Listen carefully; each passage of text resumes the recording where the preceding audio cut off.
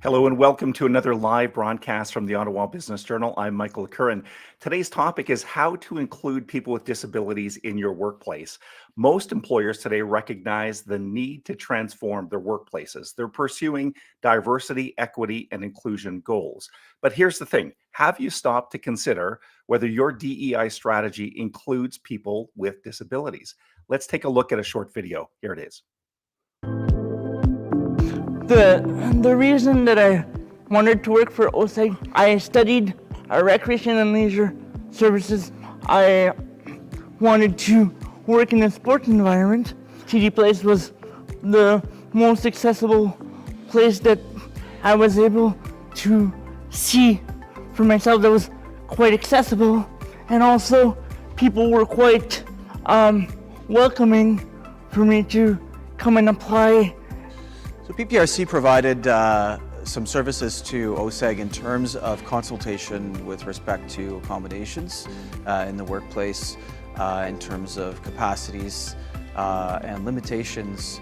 And we were able to engage in a dialogue with them to see if Francis would need any kind of on-the-job supports.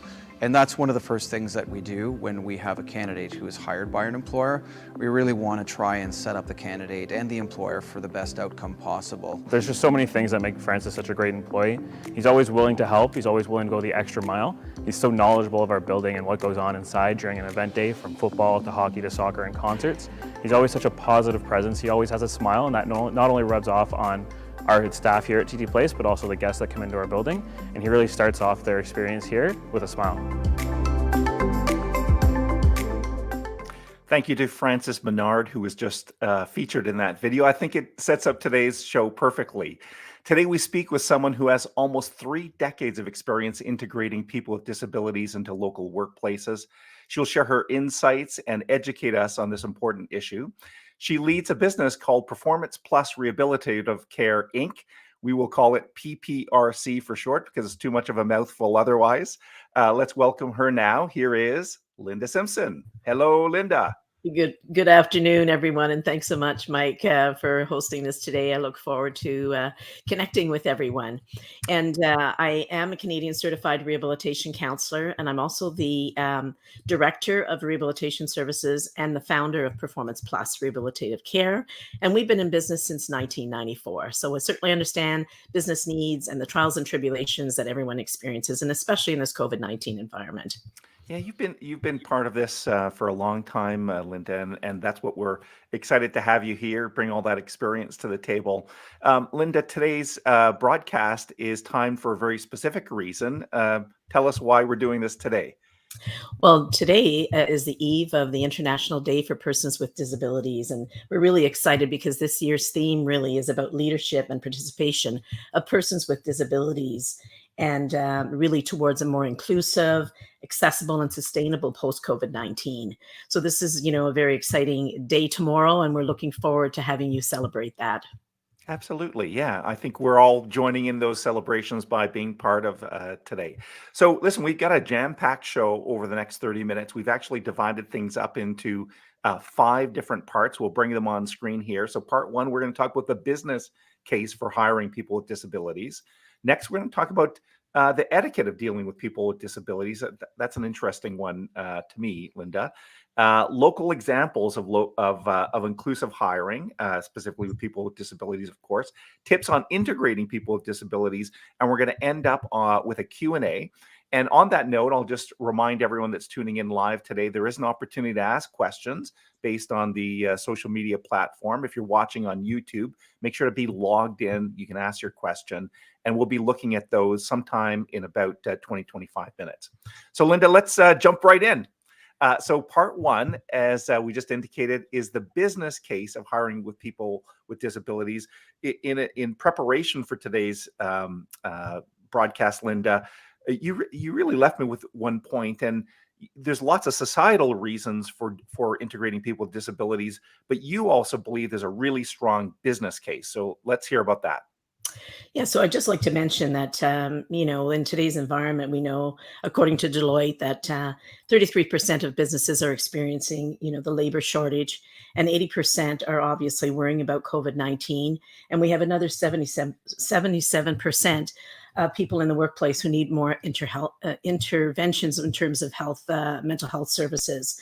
So we know that disability is really touching the workplace more than ever before. And this is a perfect time really for organizations and businesses to think about, their agenda for disability inclusion in the workplace, and also to make a commitment across their organizations. And you really need to support your staff so they understand what inclusion really is in the workplace. And I mean, this goes, across various different disability types and different, diversity groups as well. And so we know that if you're familiar and you're educated, then you're going to feel more comfortable, and we can help to remove the fears. And what I'd just like to mention is that Performance Plus Rehabilitative Care does offer disability awareness and etiquette training. And we find that when we offer this to teams, the people understand, and employers want their team members to understand the business case for hiring people with disabilities, because it's very, very impactful.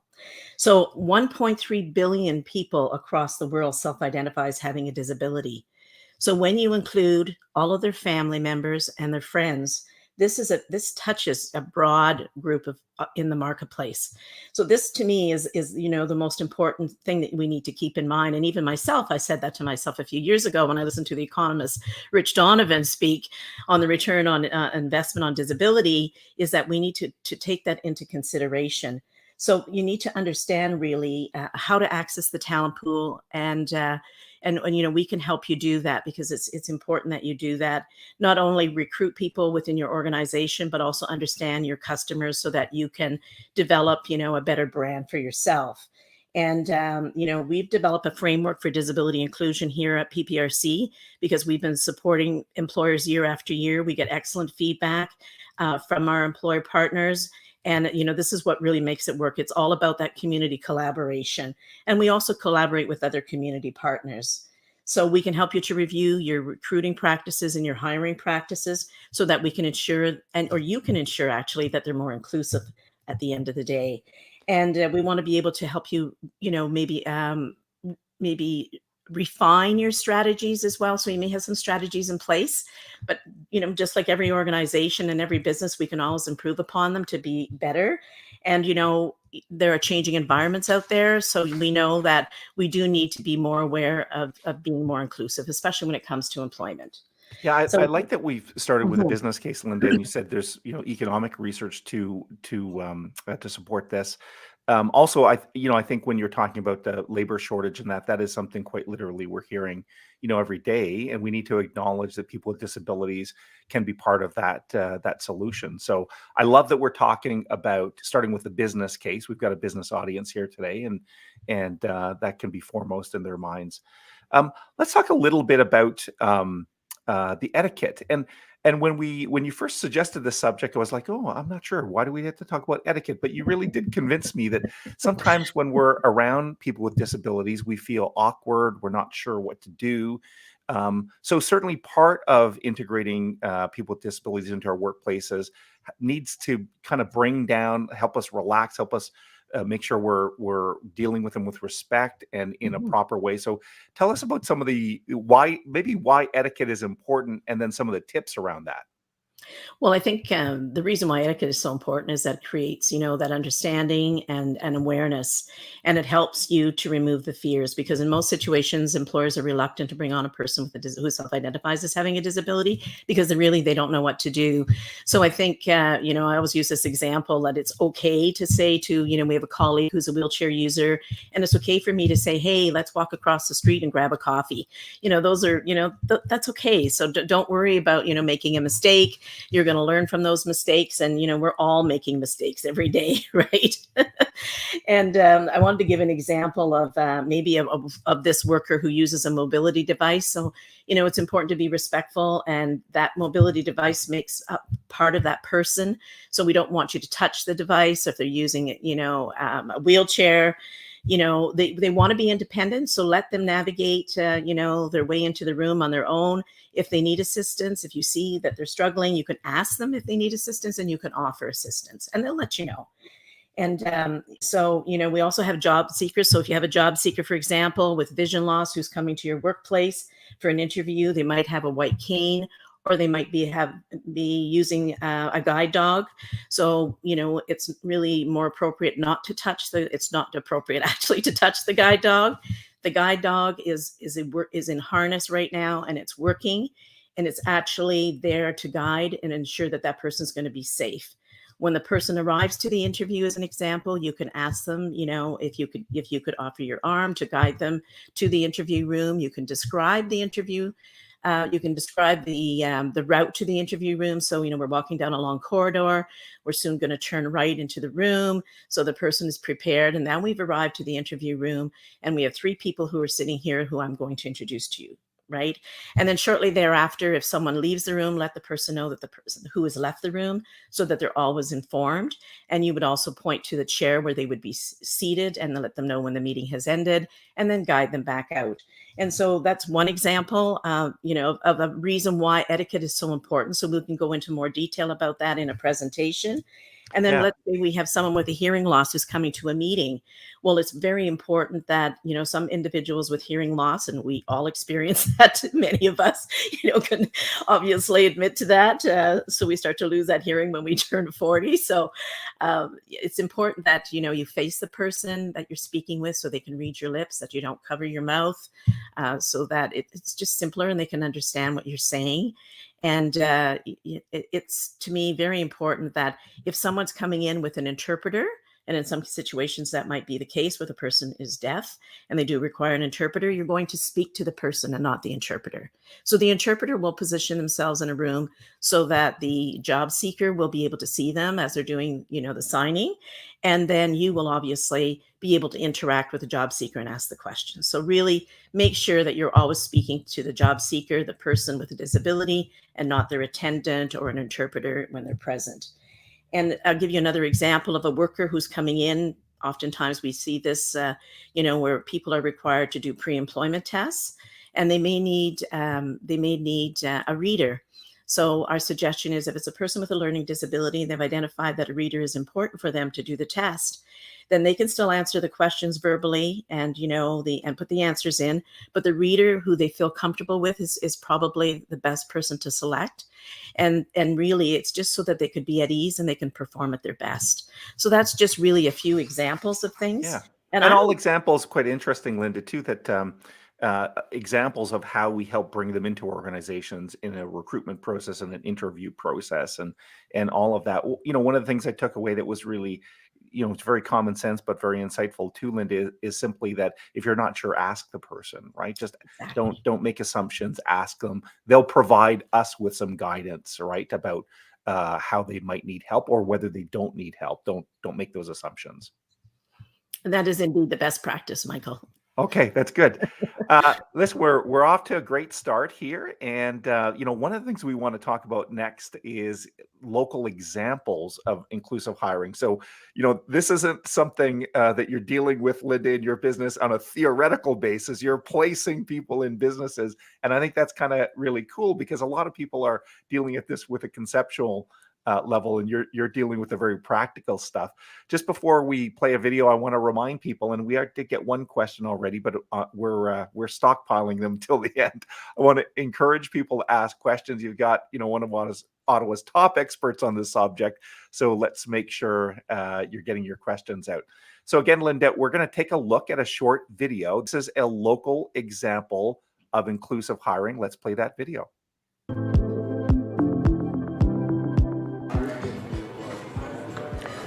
When I learned about Performance Plus, I immediately supported it for a number of reasons. They're very professional.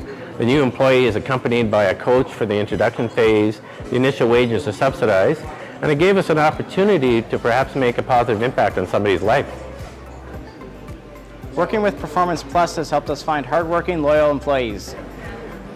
The results are very rewarding. It's been a pleasure witnessing Joseph's personal development over the last couple of years. And as a business, we've gained a valuable and loyal member of our team.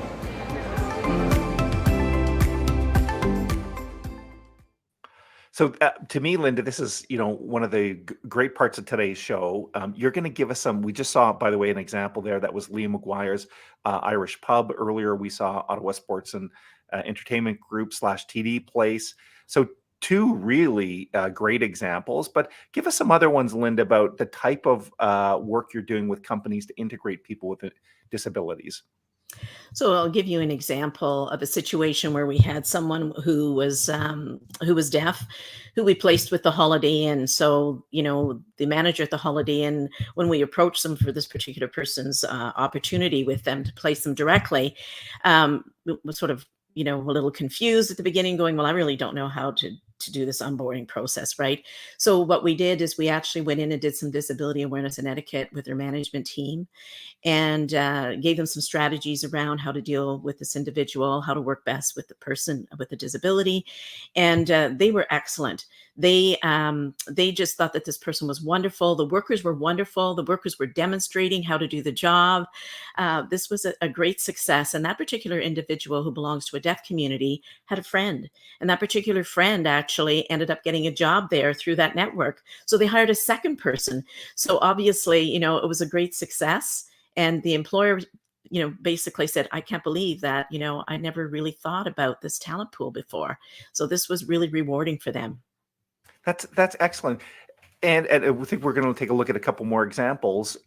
Just as we do, though, before you outline those, I love the fact that the Holiday Inn hadn't thought about this and they integrated something successfully. Is there something that happens to the culture of an organization when you feel we're a little bit more inclusive and perhaps bring people into the workforce, such as people with disabilities, Linda? Well, we find that people are more engaged. Obviously, they are more welcoming and want people to feel a sense of belonging. And we find that they collaborate with one another, and they're very good at supporting each other. And they realize that yes, they have to be sensitive about the language they use, and about the respect within the workplace. So it elevates the bar overall. And it does increase productivity, because most people with disabilities are very hard workers and they're known to be very loyal. So sometimes, we'll say, ask an employer a question to do a follow-up on a success story, and they'll say, "Wow, this is the best worker I have on my team." So there are some tremendous benefits. Did you want to share a couple more examples, if you have some, of actual companies in Ottawa where Sure. you've integrated someone with a disability? So I'm going to use the example and sort of blend in the story, about the business case as well. So we have a young gentleman who who was hired by the Metro, and this employer was just fabulous. And he decided that he would have the worker come in on Seniors Day. And the people who come in to shop on Seniors Day just love him, because he bags their groceries, he takes their groceries out, to the vehicle, and has some great conversations with them, right? So the employer said, "Wow, I really like this, and I like the fact that PPRC continued to support me after the person was on the job." So, and at the same time, what happened is that if this individual was sort of sitting there and maybe not sort of paying attention, then internally there was this support that the cashier could just prompt the person to say, "Oh, okay, Mrs. Smith needs this, or Mrs. Smith needs that." And, so there was that internal support that was just built in naturally. And this particular worker was just thrilled to be there each day, and of course, remember that, that particular worker, his family and friends will all go shop there, Yeah. because we have an inclusive employer who's being very supportive. Yeah, I was asking about the internal impact, and I love what you just said. Say, not only is an internal impact, there's an external impact with clients who are saying, "Look at this employer being inclusive, and look at this wonderful experience and service that I'm getting." It tightens the relationship between clients and that business, doesn't it?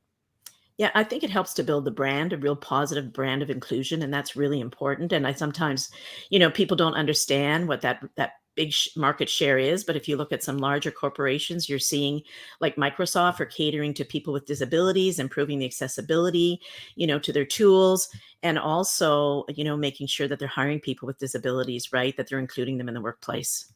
I like that you raised Microsoft there, by the way, Linda, because we've talked a lot about people in service industries, but I think it's important to note, for example, just generally speaking, white collar jobs. There's lots of opportunities with people with disabilities, I would imagine.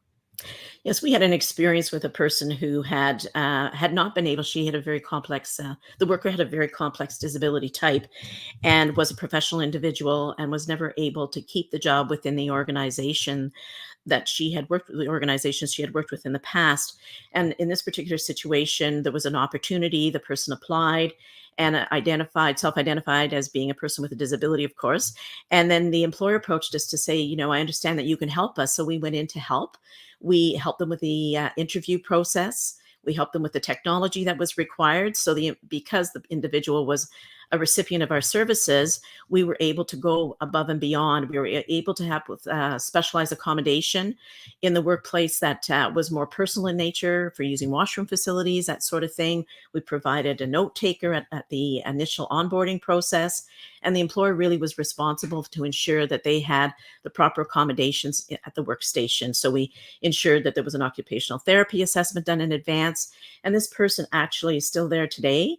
And it just goes to show you that if you put the right supports in place, people will be loyal, they'll stay, and they'll retain their jobs. And I Yeah. believe that this was a great success case. And I just wanted to also mention that we also worked with another community partner on this project who helped us as well along the way. Neat. So my takeaway on that is, even some simple accommodations might pose a massive barrier for someone with disability, but as an employer, it might not take much for us to overcome to make sure those accommodations are made, and then you've got a great employee, right? A That's great right. and productive employee. So, Linda, we're going to move to part 4, which is tips on integrating people with disabilities. So there might be people watching today, and they're tapping into all this experience and knowledge that you have, and they're thinking, okay, I think we should try this as an organization. The example you just provided, by the way, shows us that employers might need some help and some tips on integrating those people to ensure the process goes smoothly, and that we maximize the chance of the employee being successful. So tell us some tips that you might share about integrating people with disabilities once that decision to recruit is made. I think the most important thing is, treat others how you want to be treated, with respect and dignity. That's the first thing, right? Listen and inquire if there are accommodation needs, and, work together and collaborate with that individual. And, we've learned that over time that, collaboration with the person with a disability is key to the success, and making sure that we, identify the needs to the employer, and, we can source out what that person needs. In most cases, there's very few costs related to accommodation in the workplace, but you will come across those more complex cases. And, sometimes where you have a professional individual with a higher level of education that might have a more complex need, then, that's when I think you really need to work with a service provider. And I think, the beginning process would take a look at your workplace and look at the barriers. Are there some physical barriers that might exist there? If you're using virtual platforms, let's look at the most accessible platform for that individual to use. Consider all of that. Are you having your meeting location? Is it accessible? We don't want people to arrive to work and not have access to the workplace, right? So, but you can, do some self-examination. I'll say to people, remove those planters from those elevators. They look beautiful, but really at the end of the day, they could be an obstacle for a wheelchair user coming in to access the elevator, when they're leaving the building. They can also be an obstacle for someone who has vision loss and navigating, with a cane, or, who uses a guide dog. So, make sure to remove any clutter, right, in your workplace as well. So that's really important. And, we can help you with some of those tips. We have lots of resources. And, so reaching out to a service provider, I think, is really key, so that we can walk you through the steps. And that it helps to remove the fear. And as employers say, wow, this has really been beneficial, right? Look at the example of the TD place. They were wonderful, wonderful people. And I must commend them as a champion employer. OSEG, they recruited individuals prior to COVID. And, those hires were put on hold, and now those people are now working. So that to me is a commitment, and a commitment to be willing to listen to, working with us as a provider, and making that a great success for those individuals. So, I'm very proud to work with those great employers out there. And for those of you, don't worry if you've made mistakes. Everybody has, but there's always those great opportunities to learn to make things better, right? Yeah, it's some great points there, and I'm taking away that there might be some physical adjustments to your workplace, and then there's a, like any employee, there's a open dialogue between, the new recruit and the business to make sure that everything's being done again to maximize their chance of success. We get some good questions, Linda. So I'd like to bring some of our viewers in. I'm going to show this one on screen for a second. So here it comes. So wondering about any, so what I'm reading between the lines here, but I had the same question on my mind too. So, we've gone to hybrid workplaces. Many people are working from home. And I'm wondering, Linda, if that maximizes the opportunity to bring people in with disabilities, because obviously in their homes, they're completely set up and they're comfortable. So if it was a white collar job, could be with Ottawa Business Journal doing some reporting or editing or anything like that. So does the work from home trend, I guess, allow potentially for more people with disabilities to be integrated into workplaces, Linda? Well, what I'm hearing from people with disabilities and job seekers with disabilities is that they'd love the opportunity to work from home. And I can tell you that more times than none, navigating, winter weather and, big snowbanks and those sorts of things are not easy. So, going back to Francis's example, coming, having to go in, he goes in and, he might be the person who shows up.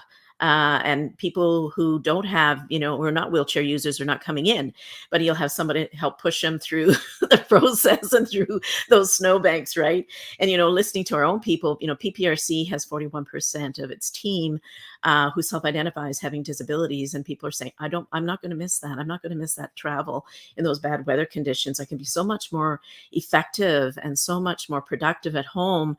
We're making sure that people are accommodated. We need to ensure that our workers have the supports that they need, that there's still that sense of belonging and they don't have that feeling of isolation. So keeping that connectedness. And, I was just reading an article the other day saying, we have to have good workplace cultures in order to get through this next variant. It's going to be the test of time. So people really do prefer, if they want to work from home, be respectful of that. It works. It works for my team. It's wonderful. I mean, we started this process, to cut down on some travel time to, before COVID.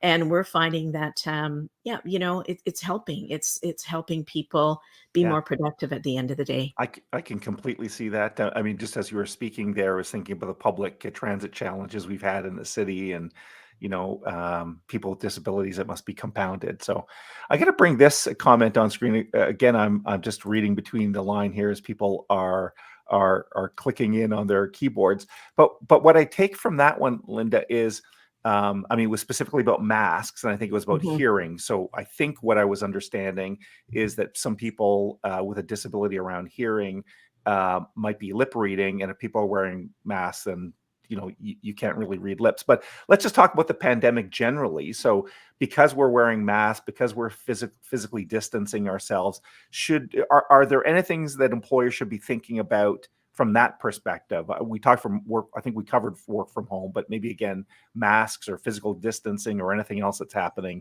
because of the pandemic. Well, we're seeing, the Canadian Hearing Services has, made a great effort to introduce some clear masks so that you can actually see the portion of the person's lips, which, I think is really ideal. And, people need to think about that if they have someone with a hearing loss or, who are perhaps identifying as being deaf in the workplace.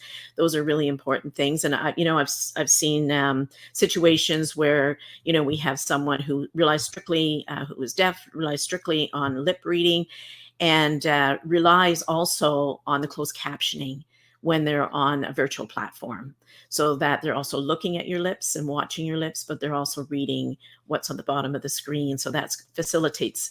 So then you also have to offer that as well and consider those things when you're doing learning events. If someone wants to learn, then they also have to have access to those tools. So, and they're simple, they're available on most platforms, right? So, those are simple, cost-effective tools to use. Yeah. In fact, on that point, we should note that this video is going to be available on replay really soon, and we're going to make sure it's closed caption to support people with those disabilities. I can't believe this, Linda. Can you believe it? We're a half hour has flown by. It's hard for me to believe. So just again, we've gathered some great people here. Linda, any closing thoughts? So that I'm sure there's some employers out there thinking, okay, Linda's really helped me progress my thinking on integrating people with disabilities. What final thoughts might you have for them? I think really it's just really, learning, learning is important, and just, becoming aware and learning some strategies. I think that that's the critical thing. I believe it begins with awareness, a commitment from leadership, including people with disabilities in leadership as well, giving them a voice so no one is left behind. They are your experts. And, that's in my team at 41% of our population that works with us, they are the experts. And so, I rely very heavily upon them. So, I think that's really important. And I think it's important that we work together. We Mm, work together so that, hiring people with disabilities becomes business as usual, right? yeah, And that's I a think that that's what we need to see.